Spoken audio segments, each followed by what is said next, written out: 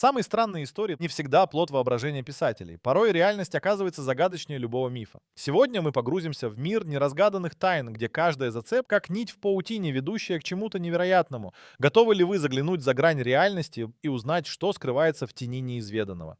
Что скрывают власти США? История Розуэлла. Не просто загадка, уходящая корнями в прошлое, это событие, которое навсегда изменило наше понимание жизни во Вселенной. Лето 1947-го. Ранчо в Нью-Мексико. Обычный фермер Мак Бразил обнаруживает на своем поле необычные обломки, подобных которым он никогда не видел. Местный шериф, армия Соединенных Штатов Америки, все немедленно прибывают на место, территория оцеплена, начинается срочная зачистка. Сначала военные делают сенсационное заявление: «Мы обнаружили летающую тарелку». Но уже на следующий день отказываются от своих слов, мол, это был обыкновенный метеозонд. Но кто им поверил? Именно в этот момент в городке начинают распространяться слухи, от которых по коже пробегают мурашки. Находили не только загадочный металл, но и тела необычных существ. Все это мгновенно подхватывает пресса, и слово «Розуэлл» становится символом НЛО и тайн, сокрытых от посторонних глаз. Уфологи убеждены, здесь действительно потерпел крушение инопланетный корабль. Обломки и тела якобы тайно перевезли в секретные лаборатории, а наиболее известной из них стала легендарная Зона 51. Несмотря на все заявления официальных лиц и даже частичное рассекречивание документов в 90-х, вопросов стало только больше. Гробница Тутанхамона. Проклятие или совпадение? В 1922-м британский археолог Говард Картер вместе с лордом Карнарвоном на глазах всего мира открыли сенсацию. Усыпальницу юного фараона в долине царей. Сокровища, спрятанные тысячи лет назад, потрясли всех, но радость была недолгой. Началась череда загадочных смертей. Уже через пару месяцев после открытия гробницы лорд Карнарвон умирает от укуса москита. С этого момента газеты трубят о проклятии фараонов. Один за другим участники экспедиции, ученые, даже родственники Карнарвона становятся жертвами странных совпадений. Таинственная болезнь, внезапные трагедии, слухи и страхи накрывают весь мир. Реальные события только подогревают мифы. Как судьба радиолога Артура Моулса, который первым сделал рентген мумии Тутанхамона. Он вскоре умирает. Его отец тоже умирает загадочным образом. Скептики говорят, все это просто совпадение, мол, виноваты болезни и стресс. Но поклонники мистики уверены, это и есть месть древних богов Египта. Современные ученые ищут объяснение этой цепочки смертей. Может быть, всему виной невидимые споры грибков, которые веками ждали своего часа в запертой гробнице. А может быть, это сила внушения и давления грандиозного открытия? Тайна колонии Роанок. Летом 1585 года сэр Уолтер Рейли отправляет первую английскую экспедицию за океан, чтобы основать колонию в Новом Свете.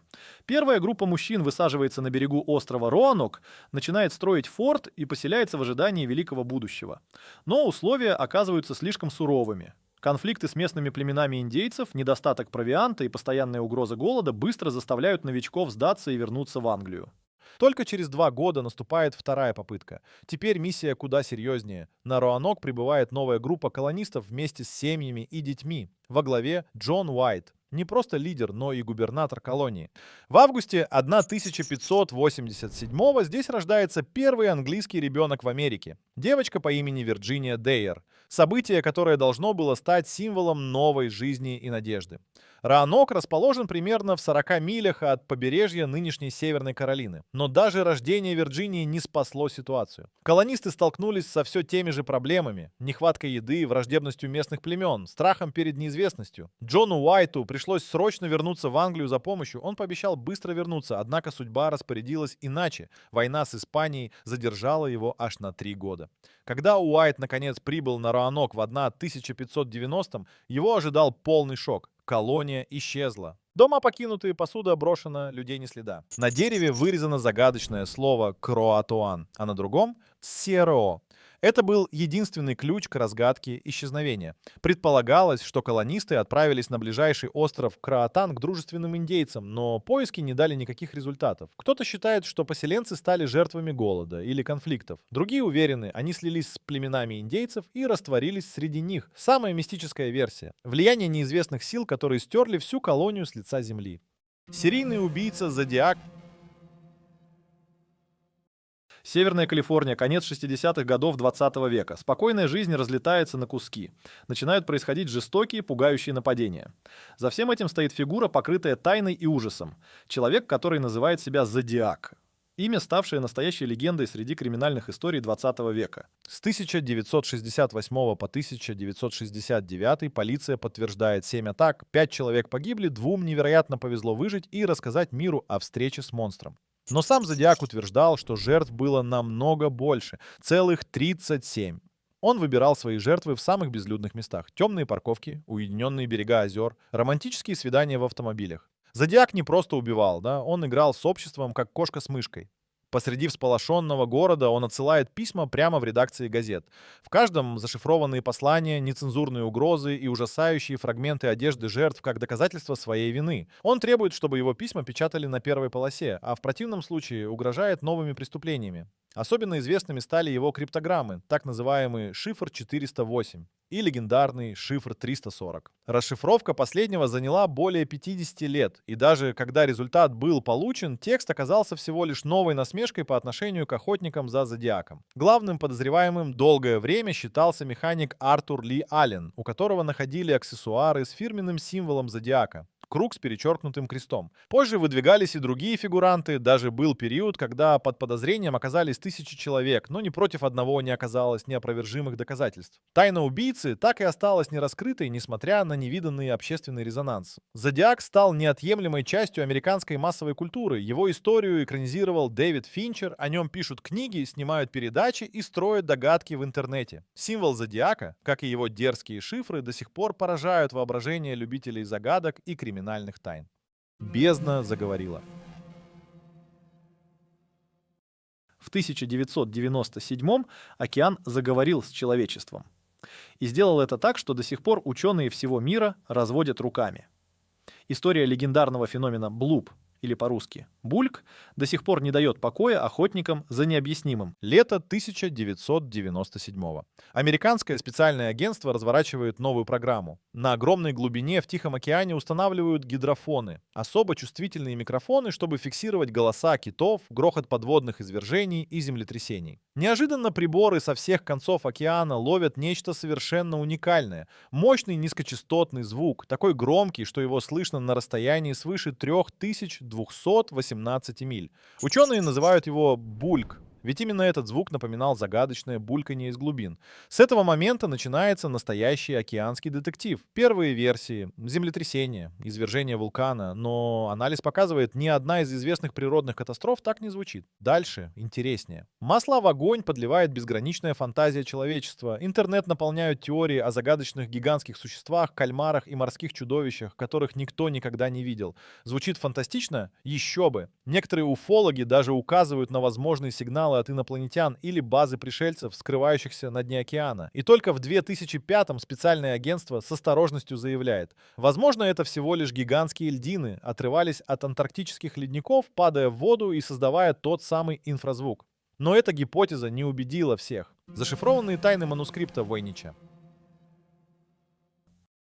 Эта книга подобна вратам в средневековую тайну, головоломку, над которой лучшие умы мира бьются уже более 100 лет. Рукопись Войнич — это манускрипт, способный взволновать воображение даже самого искушенного криптографа, мистика или историка. Сейчас вы узнаете, почему этот старинный том стал символом неразгаданной загадки и желанной целью для тысяч исследователей. История начинается в 1912-м, когда антиквар Уилфрид Войнич, увлеченный поиском уникальных раритетов, обнаруживает среди множества книг и манускриптов необычную рукопись в одном из монастырей Италии. Книга кажется совершенно обычной для своего времени. Пергаментные страницы, изысканное оформление, яркие краски, но все меняется, когда взгляд останавливается на тексте. Это не просто бессмысленный набор знаков.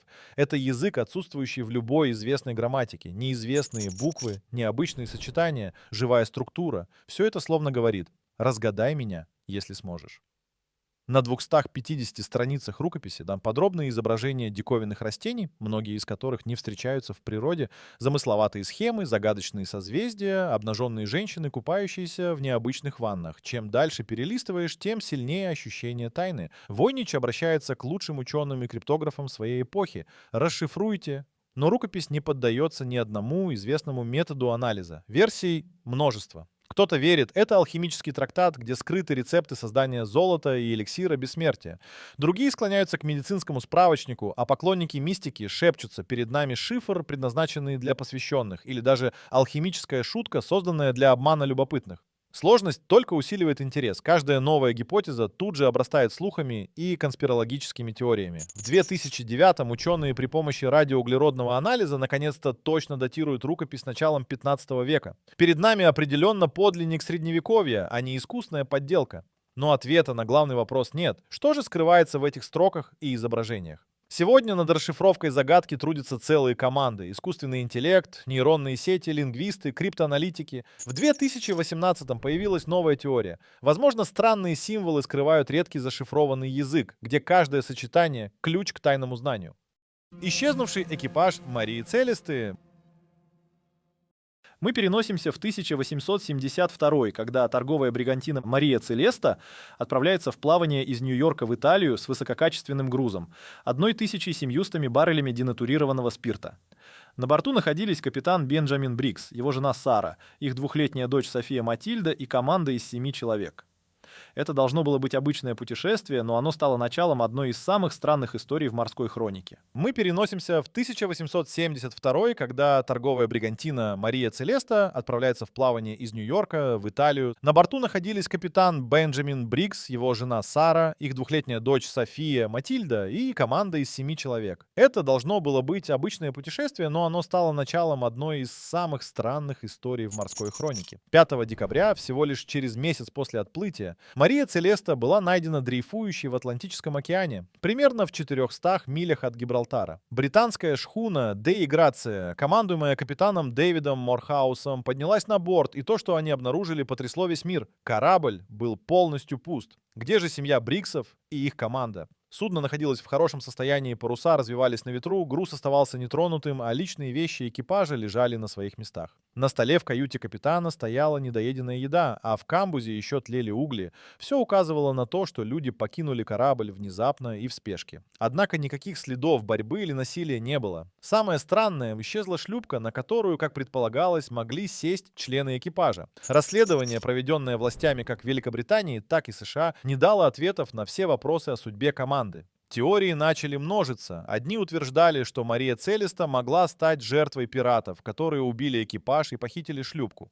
Другие считали, что экипаж покинул судно из-за утечки ядовитого газа, выделявшегося из спирта, что могло вызвать панику и галлюцинации. Каждое новое предположение только добавляло интриги к этой загадке. Особенно популярной стала идея, что капитан Брикс и его команда могли стать жертвами морского чудовища или какого-то загадочного природного явления. Исследователи высказывали теорию о том, что мощная волна могла смыть людей за борт, не оставив ни единого следа. Но ни одна из этих гипотез не могла объяснить все странности и несоответствия в этом необычном случае.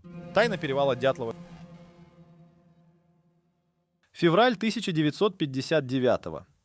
10 смелых туристов из Уральского политехнического института решили отправиться в лыжный поход по Северному Уралу.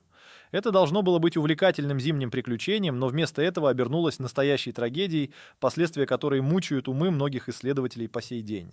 Группа, возглавляемая опытным туристом Игорем Дятловым, состояла из 9 студентов и одного выпускника. Все они имели опыт в альпинизме и лыжных походах, поэтому надеялись на удачное завершение маршрута через перевал. Поход начался 23 января, и все шло по плану до 28 января. В этот день один из участников, Юрий Юдин, почувствовал себя плохо и решил вернуться домой. Остальные 9 продолжили путь, планируя разбить лагерь на горе Халачахль, что в переводе с мансийского языка означает «мертвая гора». Ночь с 1 на 2 февраля стала роковой. Туристы в панике покинули палатку, причем оставили все свое снаряжение и одежду. Они разрезали палатку изнутри, что создало множество вопросов. Что же могло их напугать так сильно? Спасательные команды нашли палатку только 26 февраля. Внутри остались личные вещи, но людей не было. Тела участников группы были найдены на различных расстояниях от палатки. Первые 5 тел были обнаружены в конце февраля и начале марта, а остальные 4 нашли лишь в мае, когда снег начал таять. Обстоятельства их смерти оказались шокирующими. Некоторые были полураздеты, у других там серьезные травмы, включая переломы ребер и черепов. Особое внимание привлекло тело Людмилы Дубининой, у которой отсутствовали глаза и язык. Расследование, проведенное советскими властями, не смогло прояснить вопросы о причинах смерти туристов. Несколько теорий были выдвинуты, включая аварию военного самолета, атаку диких животных, лавину и даже вмешательство инопланетных сил. Однако ни одна из них не смогла объяснить все детали трагедии. С течением времени перевал Дятлова стал настоящей легендой, вдохновляя писателей, режиссеров и исследователей. Бездонный колодец, крипта. Крипта на острове Оук-Айленд. Таинственный колодец на острове хранит секреты уже 2 столетия. Сокровища, ловушки, исчезающие артефакты. На острове Оук-Айленд, расположенном у побережья Новой Шотландии в Канаде, находится таинственный колодец, известный как крипта. Этот колодец глубиной около 98,4 фута стал предметом многочисленных легенд и теорий. Считается, что он хранит секреты уже 2 столетия, и его тайны до сих пор не разгаданы. История крипты началась в конце 18 веке, когда местные жители обнаружили странный колодец, заполненный водой. Вскоре начали ходить слухи о том, что в колодце скрыты сокровища, возможно, принадлежащие пиратам или тамплиерам. Эти слухи привлекли внимание искателей приключений и сокровищ, которые начали исследовать колодец. Однако все попытки добраться до дна колодца оказались безуспешными. Колодец оказался наполнен ловушками, подводными туннелями, затопленными камерами и даже механизмами, которые закрывали доступ к нижним уровням. Многие исследователи погибли или получили травмы, пытаясь разгадать тайну крипты. С годами вокруг крипты возникло множество легенд. Говорили о проклятии, наложенном на колодец, и о духах, охраняющих его сокровища. Несмотря на все усилия, тайна крипты остается неразгаданной. Современные технологии и методы исследования дают надежду на то, что когда-нибудь удастся добраться до дна колодца и разгадать его секреты. Испытай себя как детектива. А какую версию выбираете вы? Пишите в комментариях. Возможно, именно ваша теория окажется ключом к разгадке. Если любите тайны, ставьте лайк и подписывайтесь. Впереди еще много нераскрытых загадок. Ведь самое интересное только начинается.